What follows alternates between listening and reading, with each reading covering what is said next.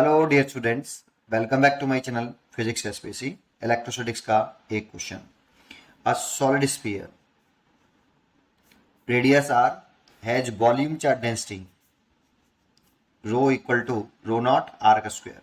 Row naught is constant and R is the distance from the centre. Distance from the centre at a distance x from its center. At a distance x from center for x less than r, the electric field directly proportional to. चार choice दे रखे हैं। तो देखो इस question को कैसे करें। सोल्यूशन, सबसे पहले एक डायग्राम बनाएं। एक सॉलिड स्फीयर बनाएं। सबसे पहले ये एक सॉलिड स्फीयर है, स्फीयर है ये, ठीक है, सर्कल नहीं है। और सॉलिड स्फीयर है, इसका मतलब यहाँ पे मटेरियल है, मसाला है। तो इस जगह पे ये मटेरियल है बेटा, ठीक है नहीं, सॉलिड मटेरियल, ठीक है, स्फीयर है। और इसमें जो चार्ज डिस्ट्रीब्यूट है इसके वॉल्यूम में डिस्ट्रीब्यूट है, वॉल्यूम चार्ज डेंसिटी रखी है। लेकिन जो चार्ज डिस्ट्रीब्यूट है वो यूनिफॉर्मली डिस्ट्रीब्यूट नहीं है, डिस्टेंस के साथ वॉल्यूम चार्ज डेंसिटी का रिलेशन दे रखा है। तो हमें चार्ज निकालना पड़ेगा कि एक्स डिस्टेंस में कितना चार्ज है, क्योंकि X less than R at a distance X from its centre the electric field intensity directly proportional to. तो एक्स डिस्टेंस में कितना चार्ज है वो अगर वो निकाल लेंगे तो गॉस थ्योरम से इलेक्ट्रिक फील्ड फाइंड आउट कर पाएंगे। तो कैसे फाइंड आउट करें? जैसे इसमें जो चार्ज है वो डिस्ट्रीब्यूट है, लेकिन यूनिफॉर्मली डिस्ट्रीब्यूट नहीं है, पूरे वॉल्यूम में डिस्ट्रीब्यूट है ऐसे, ठीक है नहीं, लेकिन यूनिफॉर्मली डिस्ट्रीब्यूट नहीं है, ठीक है, ऐसे डिस्ट्रीब्यूट है भाई पूरे उसमें, ठीक है। अच्छा, अब इसको इसमें एक क्वेश्चन में गिवन है हमें कि इसकी एक तो रेडियस गिवन है हमें कि ये रेडियस कैपिटल आर है पूरी, ठीक है। और एक हमें गिवन है कि volume charge density, volume charge density rho is equal to rho naught R square है। और देखो ये वेरिएबल है वॉल्यूम चार्ज डेंसिटी।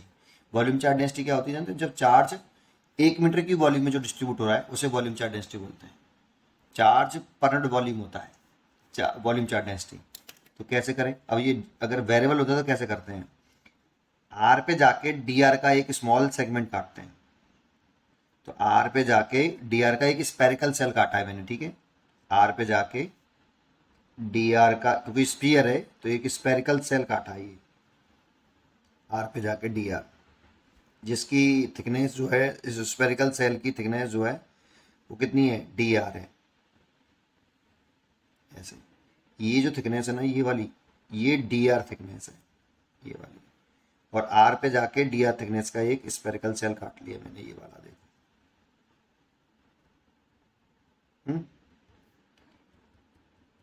अब आपको क्या करना है, इसके जो इसका मान लो ये जो मैंने सैडेड पोर्शन दिखाया है स्पेरिकल सेल का, स्पेरिकल सेल है ये, ध्यान रखना, ठीक है, स्पेरिकल सेल मानकर, ठीक है, काटा है। इस स्पेरिकल सेल का वॉल्यूम डीवी, जो जो सैडेड पोर्शन है ना, इसी सैडेड वाले पोर्शन में कितना चार्ज है डी क्यू, ये निकालना है। ये पूरे में नहीं है, केवल जो सैडेड पोर्शन है आपका ये, जिसमें थिकनेस डी आर दिखाई है मैंने, जिसका वॉल्यूम मैंने डी वी लेट किया है, इतने में कितना चार्ज है वो निकालना चाहते हैं। तो देखो कैसे निकालें। तो रो इज इक्वल टू होता है, ये वॉल्यूम चार्ज डेंसिटी है, charge per unit volume, charge per unit volume. इसका मतलब होता है 1 मीटर क्यूब वॉल्यूम में चार्ज, 1 मीटर क्यूब वॉल्यूम में चार्ज रो है। तो सोचो अगर 1 मीटर क्यूब वॉल्यूम में चार्ज रो है तो डीवी वॉल्यूम में कितना होगा? डी क्यू लेट किया मैंने, तो D Q is equal to 1 metre cube volume में रो, तो डीवी वॉल्यूम में कितना? Rho D V. ये जो वॉल्यूम चार्ज डेंसिटी है वो 1 मीटर क्यूब वॉल्यूम में जो चार्ज है उसे रो बोल रहे हैं। तो 1 मीटर क्यूब वॉल्यूम में, ऐसे समझ लो, 1 मीटर क्यूब वॉल्यूम में जो चार्ज है वो रो है। तो डीवी वॉल्यूम में कितना चार्ज होगा? तो चार्ज निकालें, तो जो कि मैंने डीवी वॉल्यूम में कितना चार्ज माना है, डी क्यू लेट किया है, तो D Q is equal to कितना? Rho D V. ऐसे समझ सकते हो आप, ठीक है। चलिए, तो D Q is equal to rho D V, और रो दे रखा है हमें कितना? Rho naught R square. अगर हमें केवल डीवी निकाल लें तो डीवी कैसे निकालें? तो देखो डीवी केवल ये सैडेड वाले पोर्शन का वॉल्यूम है। तो डीवी अगर लिखना चाहें तो यहाँ लिख देता हूँ, D V is equal to volume is equal to area into thickness लिख लो। तो इस स्पेरिकल सेल है ये, स्पेरिकल सेल का एरिया कितना होगा 4πr²। भाई एरिया हो गया, ये स्पेरिकल सेल माना है, ये मैंने कटिंग करी तो उसकी रेडियस r है, थिकनेस नेग्लिजिबल dr, तो उसे इग्नोर कर सकते हैं। तो स्पेरिकल सेल का एरिया लिख सकते हैं 4πr², और इसकी थिकनेस कितनी dr। देखो वॉल्यूम की यूनिट क्या होती है मीटर क्यूब, इसकी हो गई मीटर स्क्वायर पूरे की, और इसकी हो गई मीटर, तो मीटर की हो गया। ये वॉल्यूम आ गया। केवल और केवल किसका पता है, जो केवल सैडेड पोर्शन है, जो मैंने ऐसे किया है, उसका स्मॉल वॉल्यूम आ गया डीवी। ठीक है, तो डीवी की वैल्यू आप यहां रख दो। डीवी की वैल्यू है 4πr² dr। देखो ये कितना हो जाएगा, डी क्यू निकले आया ये, जानते हो ये केवल सैडेड पोर्शन में चार्ज निकले आया। तो डी क्यू इक्वल टू आ गया कितना 4πρ0 r⁴ dr इतना। लेकिन जानते हो मेरे को जो इलेक्ट्रिक फील्ड कैलकुलेट करना है, मैं यहाँ एक और डायग्राम बनाता हूँ, फिर मैंने दोबारा से इसी सॉलिड स्फीयर को ड्रॉ कर लिया यहाँ। ठीक है, ये पूरा सॉलिड स्फीयर है, इसकी रेडियस कैपिटल आर है ये वाली। अब देखो मेरे को जो इलेक्ट्रिक फील्ड निकालनी है ना, at a distance x from its centre और for x less than r, तो x पे जाके मेरे को इस वाले पॉइंट पर इलेक्ट्रिक फील्ड निकालनी है। और अकॉर्डिंग टू गॉस थ्योरम करें तो इस जगह पर हमें एक गॉसियन सरफेस बनानी पड़ेगी। ये एक गॉसियन सरफेस बना ली मैंने आपकी, इस वाले पॉइंट से पास होती हुई, क्योंकि जिस पॉइंट पर इलेक्ट्रिक फील्ड निकालते हैं उस पॉइंट से पास होते हुए एक गॉसियन सरफेस बना लो। ये आपकी गॉसियन सरफेस है। अब इस गॉसियन सरफेस के इनसाइड वाला चार्ज लिखते हैं अकॉर्डिंग टू गॉस थ्योरम। अगर लिखें अकॉर्डिंग टू गॉस थ्योरम, थोड़ा सा यहाँ जगह छोड़ के चले क्योंकि अभी डी को निकालना पड़ेगा। अकॉर्डिंग टू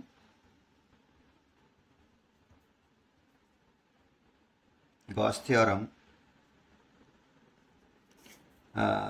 इलेक्ट्रिक फ्लक्स लिखें फाई बराबर integration by close surface E vector dot D A vector is equal to 1/ε0 into Q inside. ये क्यू इनसाइड किसका, गॉस थ्योरम के इनसाइड। तो देखो इसके अंदर इस वाले एरिया में जो चार्ज होगा वो निकालना है। तो जानते हो ऐसे क्यों किया, क्योंकि चार्ज जो है यूनिफॉर्म डिस्ट्रीब्यूट नहीं है, इसीलिए ऐसे किया है। तो डी क्यू इसके अंदर चार्ज निकालना है, तो इंटीग्रेशन बोथ साइड ऐसे। ये तो क्वेश्चन टर्म इसीलिए बाहर निकाल लिया।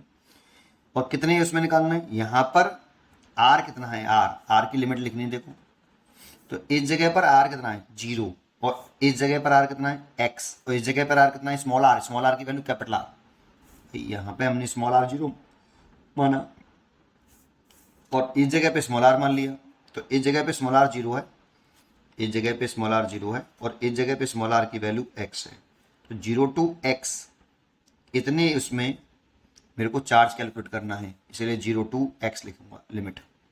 ठीक है, अब इसका इंटीग्रेशन कर दो। डी क्यू का इंटीग्रेशन जब करेंगे तो कितना आएगा q, और 4πε0 r⁴ का इंटीग्रेशन करें तो r⁵ डिवाइड बाई 5 और लिमिट 0 to x।